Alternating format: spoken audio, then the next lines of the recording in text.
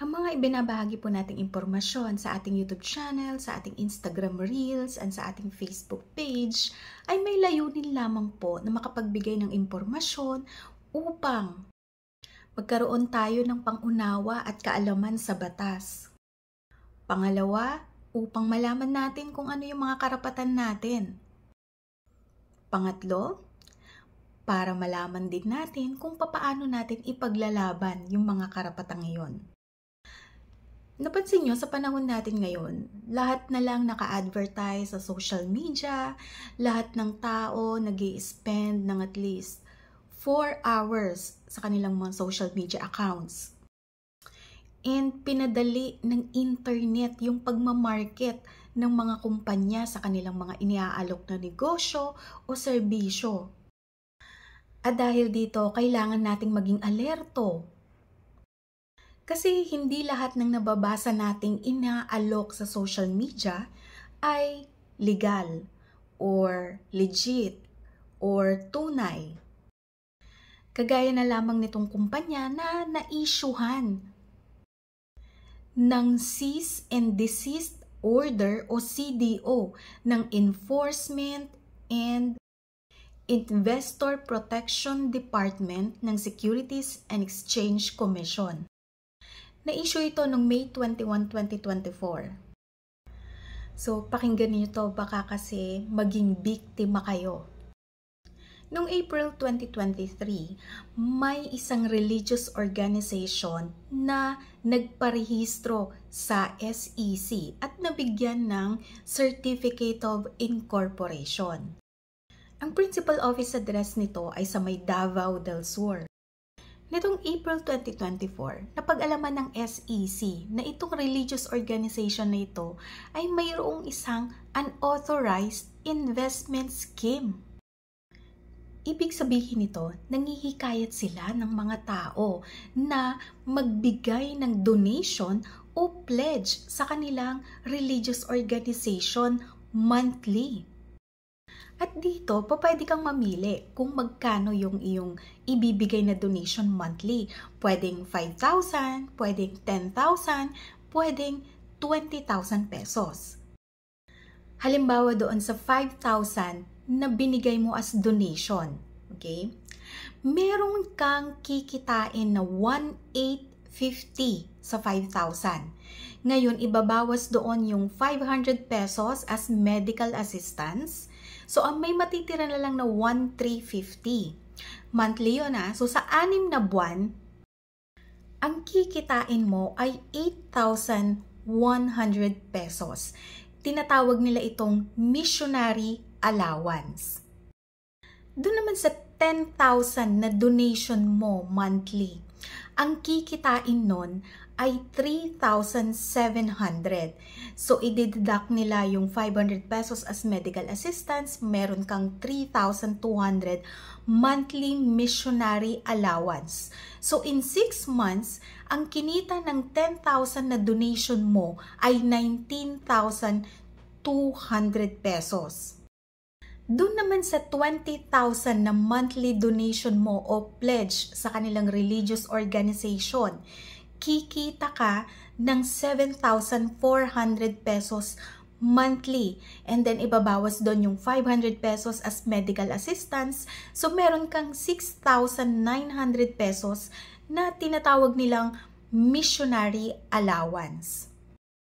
In 6 months, yung 20,000 na donation mo ay kikita ng 41,400 pesos as missionary allowance. Ang laki, 'di ba? Walang ibang bangko ang makapagbibigay niyan. Ngayon, para naman saan yung 500 pesos na dinededuct as medical assistance mula doon sa kanilang kita o tubo per month? Walang sabi nitong religious organization, yung 500 pesos daw ay gagamitin para sa operation ng kanilang shopping center na magbibigay ng murang grocery and household items. So, dito sa hearing, inamin ng religious organization na to na tumatanggap nga sila ng donation mula sa mga tao na nandito sa Pilipinas and nasa abroad. And alam nyo ba, during the hearing, inamin ng officer ng religious organization na ito na connected sila sa Kappa. O, alam ko, nabalitaan nyo yung nangyari dito sa kumpanya na to. Isa ding religious corporation si Kappa na engaged sa isang illegal na investment scheme. So, napansin ba ninyo yung pattern ng mga kumpanyang ito na nagsusulisit ng investment mula sa mga tao? Kukuha sila ng pera, yun yung investment mula sa mga tao, then ibabalik nila plus almost 35% na interest. Pero ang tawag nila, payout, ganon. Pero dito, nag-iiba-iba yung terminology. Gaya dito sa kay Kappa, ang tawag nila dun nun is blessing. Dito naman, sa religious organization na to, ang tawag niya ay missionary allowance. Pero in reality, payout ito. Binabago lang nila yung terminology na ginagamit para iba-iba yung presentation. Binabago lang din nila yung pangalan ng kumpanya. Pero parehong-pareho ng scheme. Kung parehong-pareho ng ginagawa. Tapos kapag nabuwag, syempre nahuli, bubuwagin, gagawa uli ng panibagong kumpanya. Ibang pangalan, ibang mga tao, pero parehas na parehas yung ginagawang activity. So si SEC, sa pamamagitan ng kanilang Enforcement and Investor Protection Department o EIPD, nag-conduct na ng surveillance operation. And sa pamamagitan ng kanilang surveillance, nakita nila na marami ng opisina itong religious organization na to. And kapag nagkakaroon siya ng branch opening, may motorcade pa. So kung ang tawag nila sa payout ay missionary allowance, ang tawag naman nila sa kanilang mga recruits ay missionary workers. Meron din silang mga Facebook pages na nag-aalok ng kanilang business opportunity. So part ng surveillance ng SEC ay pasukin yung kumpanya sa pamamagitan ng isang asset na nagpanggap bilang isang missionary workers. Ibig sabihin, nag-invest siya or nagbigay siya ng donation sa kumpanya. Kasi yun lamang ang paraan para makapasok siya.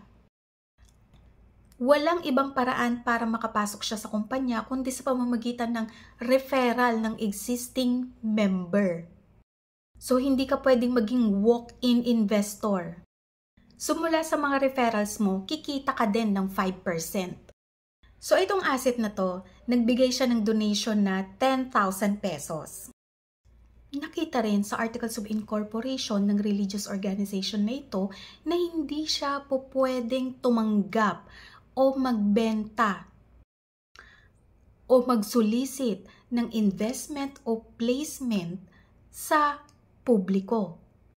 Ano ba itong security? Ito yung share o interest sa isang kumpanya. Isang halimbawa nito o kasama nito yung investment contract. Ang sabi ng SEC, yung nakukolekta ng kumpanya mula sa mga tao na tinatawag nilang pledge or donation ay actually investment. Ayon sa batas o sa SRC, ipinagbabawal ang pagbebenta sa publiko ng mga unregistered securities o yung mga shares or interest na hindi nakarehistro. At bago maibenta itong mga securities na ito, kailangan yung nagbebenta, yung kumpanya, yung broker, yung ahente, yung nag-aalok sa'yo, ay meron din silang karampatang lisensya para magbenta nito. Yung president ng religious organization na to, o yung tinatawag nilang bishop, ay walang lisensya para mag-offer, para magbenta ng securities ng kumpanya.